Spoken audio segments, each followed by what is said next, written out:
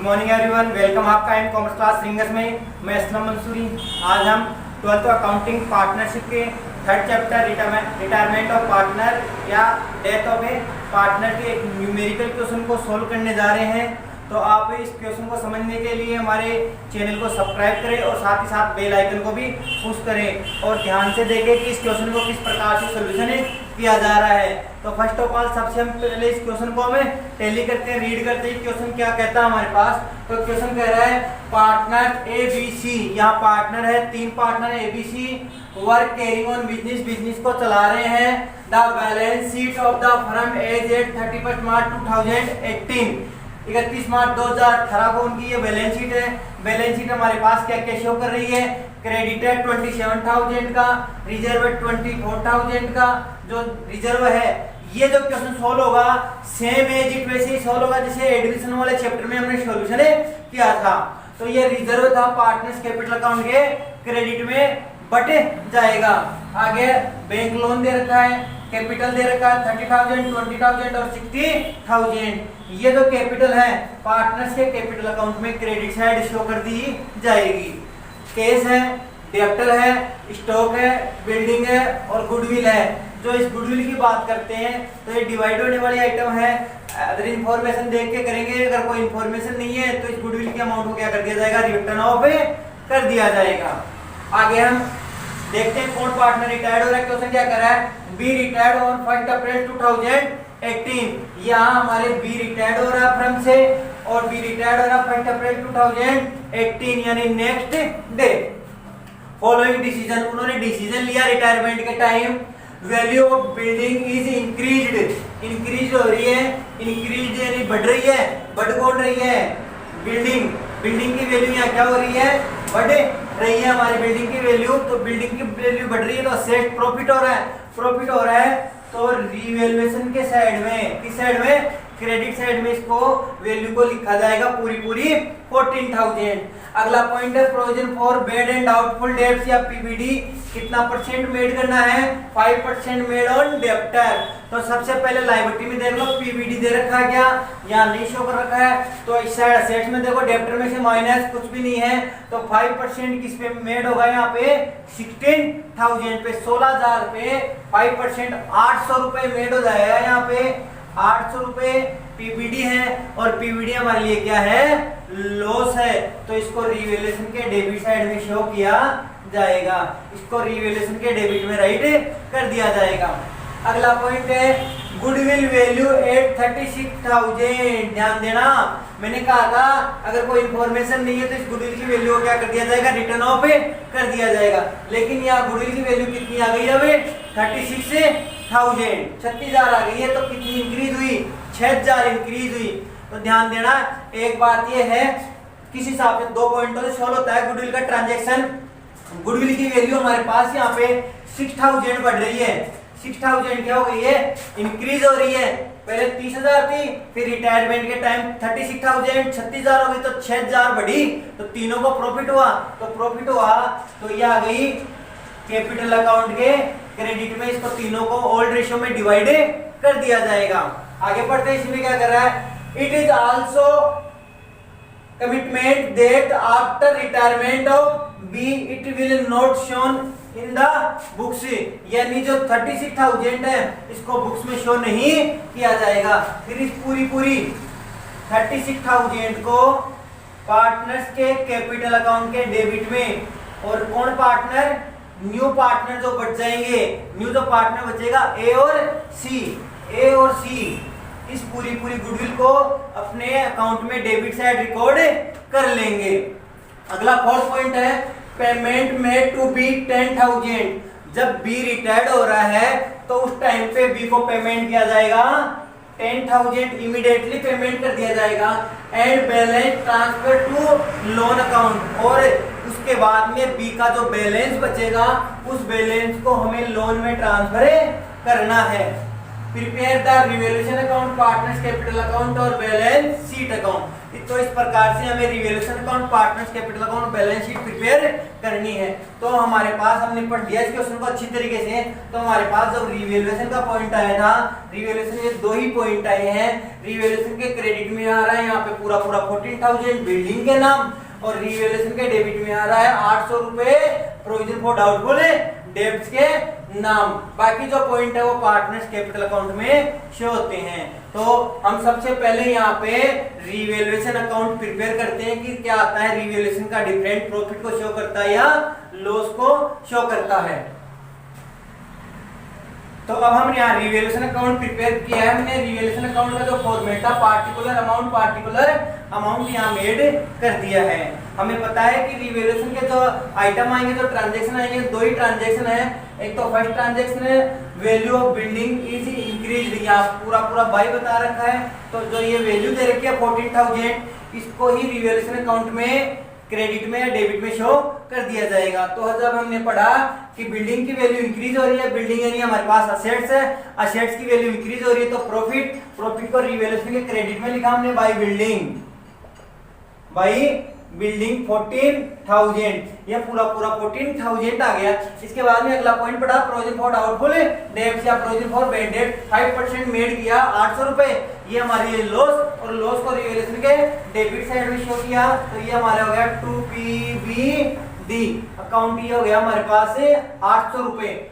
16,000 का 5% 800 रुपए। इसके बाद में जो थर्ड पॉइंट है पार्टनर्स कैपिटल अकाउंट का, और फोर्थ पॉइंट है पार्टनर्स कैपिटल अकाउंट का। तो रिवैल्यूएशन के ये दो ही पॉइंट थे। अब इसका टोटल करते हैं। तो क्रेडिट का टोटल आया 14,000 और डेबिट का टोटल 800 रुपए आ रहा है 800। तो जब इसका डिफरेंस निकाला तो ये आया 13,200।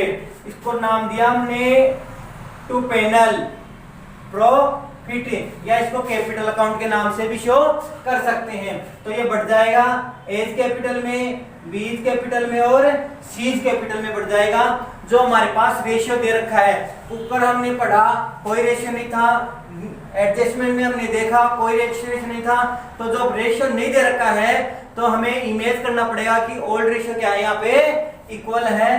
तो 13,200 को जब हमने डिवाइड किया इक्वल में तो ये आ गया 4,400 4,400 4,400 ये आ गया। तो यहाँ पे हमारे पास रिवैल्यूएशन अकाउंट प्रिपेयर हो गया है। अब इसी रिवैल्यूएशन अकाउंट को हम यहाँ रिवैल्यूएशन अकाउंट का जो ट्रांसफर है ये उसको हमें पार्टनर्स कैपिटल अकाउंट में शो करना है। तो पार्टनर्स कैपिटल अकाउंट हम प्रिपेयर करते हैं। अब रिवैल्यूएशन अकाउंट के बाद में पार्टनर्स कैपिटल अकाउंट को प्रिपेयर करते हैं। तो first of all partners capital account में पार्टनर्स की जो कैपिटल का बैलेंस है वो बैलेंस शीट में शो रहता है, उसमें से उठाकर पार्टनर्स कैपिटल अकाउंट के क्रेडिट में राइट किया जाएगा। तो पार्टनर्स कैपिटल के जो बैलेंस आएगा वो है ए का, बी का, सी का 30,000 20,000 और 16,000। तो इसको नाम दिया जाएगा बाय बैलेंस बीडी। ए का है 30,000, बी का हमारे पास 20,000 और सी का हमारे पास है 16,000। इसके बाद में हम बैलेंस शीट में देखते हैं कौन कौन सी अमाउंट डिस्ट्रीब्यूट या डिवाइड होने वाली है, यानी कोई रिजर्व है, कोई एक्यूमुलेटेड प्रॉफिट या लॉस। तो हमने पढ़ा था हमारे पास रिजर्व है 24,000, इसको ओल्ड रेशियो में डिवाइड किया जाएगा। तो ओल्ड रेशियो यहाँ पर इक्वल माना है, तो यहाँ पे आ गया बाई रिजर्व। ये है हमारे पास रिजर्व 24,000, इसमें ए, बी और सी में डिवाइड किया तो ये आ गया हमारे पास 8,000 और 8,000। ठीक है।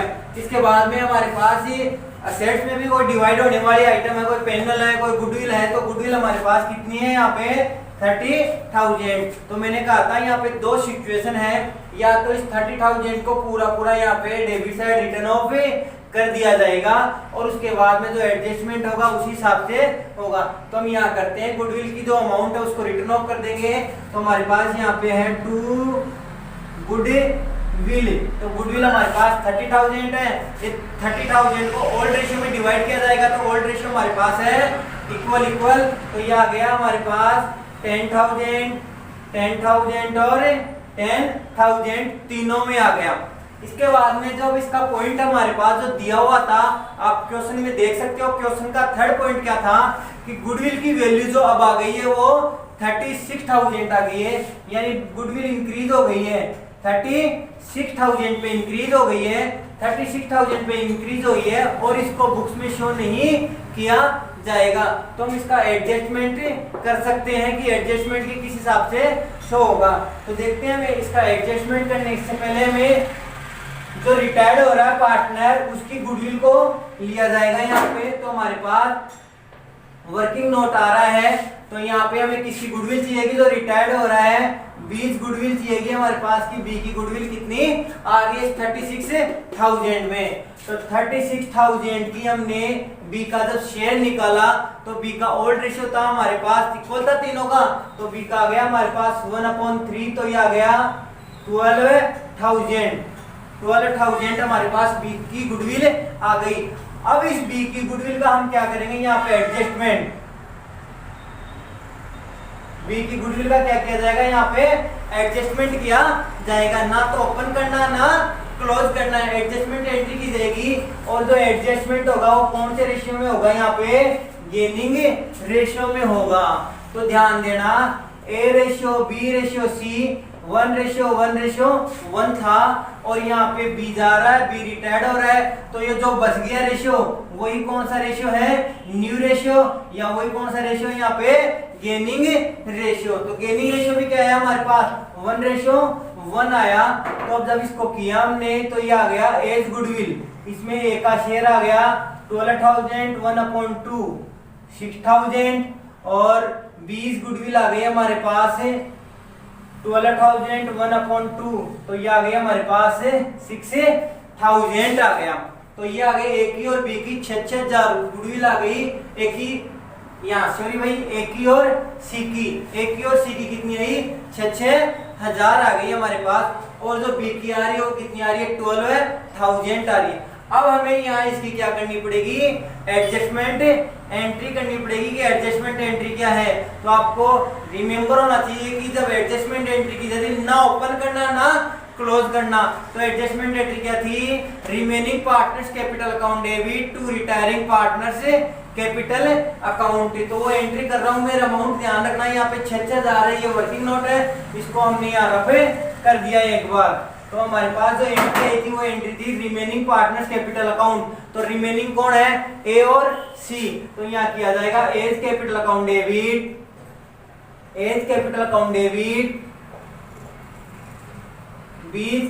Seize capital account debit to B's capital account, B's capital account. तो ये जो आता हमारे पास 6,000 ए में 6,000 सी में और 12,000 कहाँ हो गया था हमारे पास बी में हो गया था।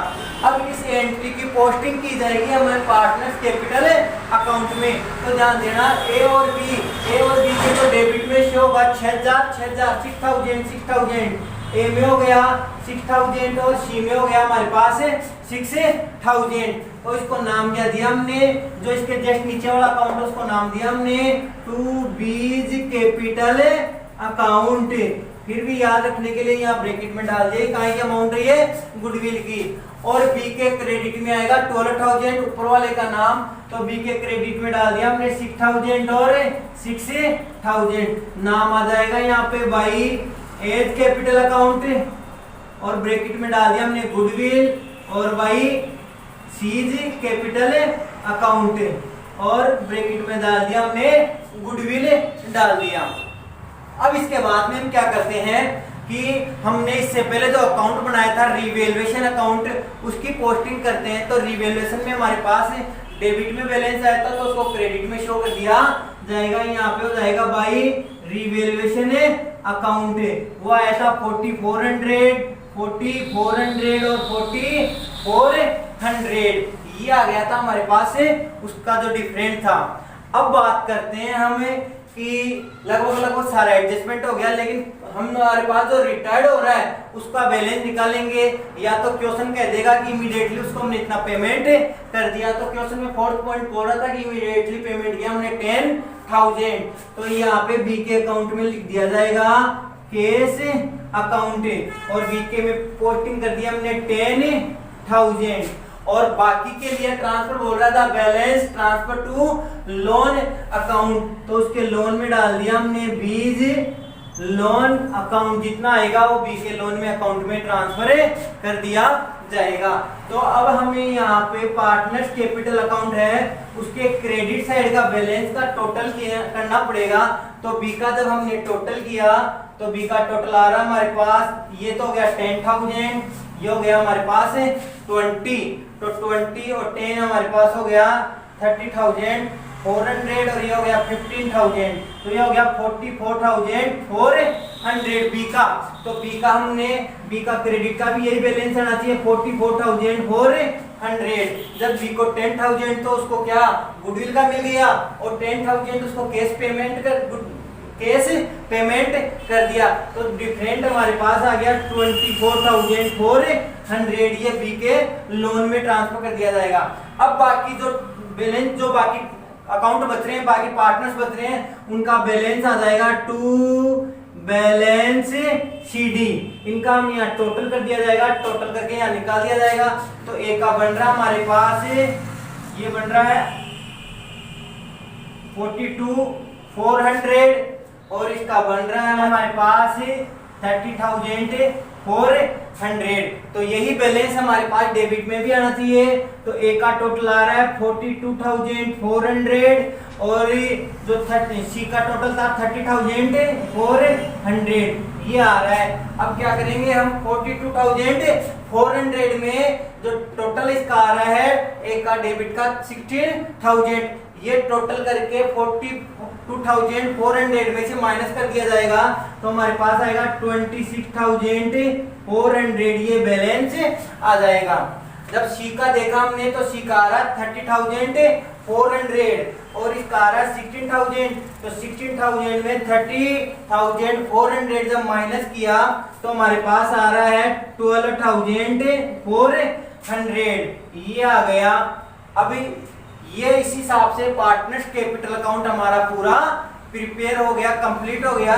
तो इसके बाद में हम बनाते हैं बैलेंस शीट। अब बैलेंस शीट में ध्यान रखना, जो पार्टनर्स कैपिटल अकाउंट का बैलेंस आया वो बैलेंस शीट में शो होगा और जो लोन आया बी का वो भी बैलेंस शीट के लायबिलिटी साइड शो किया जाएगा। तो हम क्वेश्चन को आगे बढ़ाते हैं। तो हमने हमारी बैलेंस शीट यहाँ पे मेंटेन कर ली है। तो बैलेंस शीट में हमने बताया था आपको फर्स्ट ऑफ ऑल हम जो हमारे पास यहाँ पार्टनर्स कैपिटल का जो बैलेंस आया था उसको बैलेंस शीट के लायबिलिटी में यहाँ शो किया जाएगा।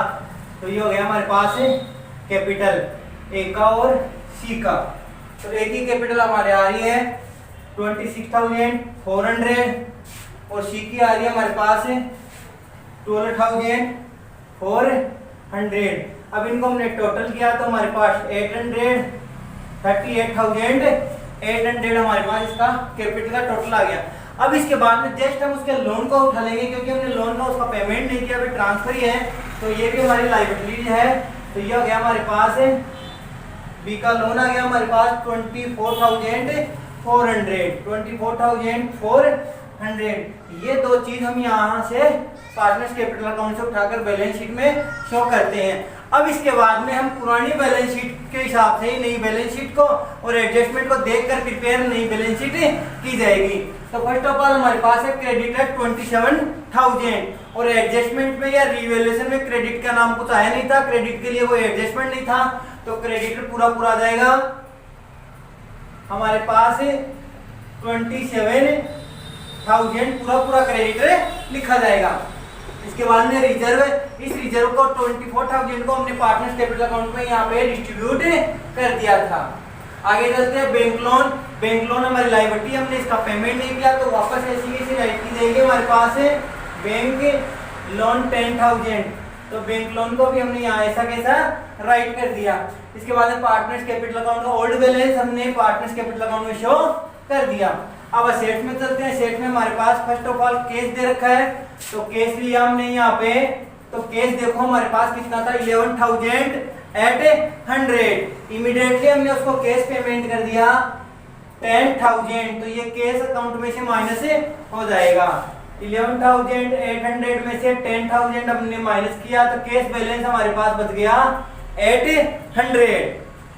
आगे डेप्टर है 16,000 और डेप्टर में से हमें पता है हमारे पास पॉइंट या रिवैल्यूएशन में दिया हुआ था कि 800 रुपए का डेप्ट चार्ज करना है, तो ये हो गया हमारे पास डेप्टर 16,000 और इसमें से लेस क्या हो गया हमारे पास पीबीडी 800 रुपए, तो ये हो गया 15,200 हो गया हमारे पास।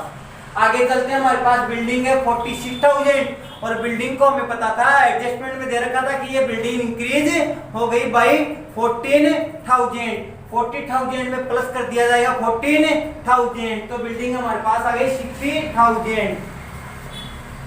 तो हमारे पास बिल्डिंग हो गई 60,000 की बिल्डिंग हो गई। इसके बाद में गुडविल का हमने रिटर्न ऑफ कर दिया था, गुडविल को शो नहीं करना था बुक में, और इसके बाद में लगभग हमारे सारे ट्रांजैक्शन हो गए। अब हम जो बैलेंस शीट का जो असेट्स और जो लायबिलिटी साइड है इसका हम जब टोटल निकालेंगे, और टोटल निकालने से पहले एक बार एक पॉइंट छूट गया हमारे पास हमने देखते हैं हमारे पास स्टॉक नहीं लिखा हमने, तो हमारे पास स्टॉक कितना 23,200 और स्टॉक के लिए कोई एडजस्टमेंट नहीं था, तो हमने कर दिया यहाँ पे स्टॉक भी कर दिया 23,200। तो लगभग अब हमारे सारे ट्रांजैक्शन हो गए हैं, असेट्स का और लायबिलिटी का टोटल कर लिया जाएगा, और टोटल में अगर कोई डिफरेंट है तो क्वेश्चन रॉन्ग है, और टोटल में अगर कोई भी डिफरेंट नहीं है तो हमारा एक्चुअल क्वेश्चन किया हमने वो बिल्कुल राइट किया है। तो यहाँ पे जब हमने इसका क्वेश्चन का टोटल किया है, बैलेंस शीट का टोटल किया, तो ये हमारे पास जो बैलेंस शीट का एसेट्स का और जो लायबिलिटी का टोटल आया वो बिल्कुल हमारे पास क्या आया है, सेम आया है। तो ये आ गया हमारे पास 99,200 असेट्स का टोटल और लायबिलिटी का टोटल हमारे पास सेम आया है। तो उम्मीद करता हूँ आज का टॉपिक आपको अच्छी तरीके से समझ में आया होगा, और आगे हम ऐसे ही क्वेश्चन को और सोल्व करेंगे। तब तक के लिए धन्यवाद।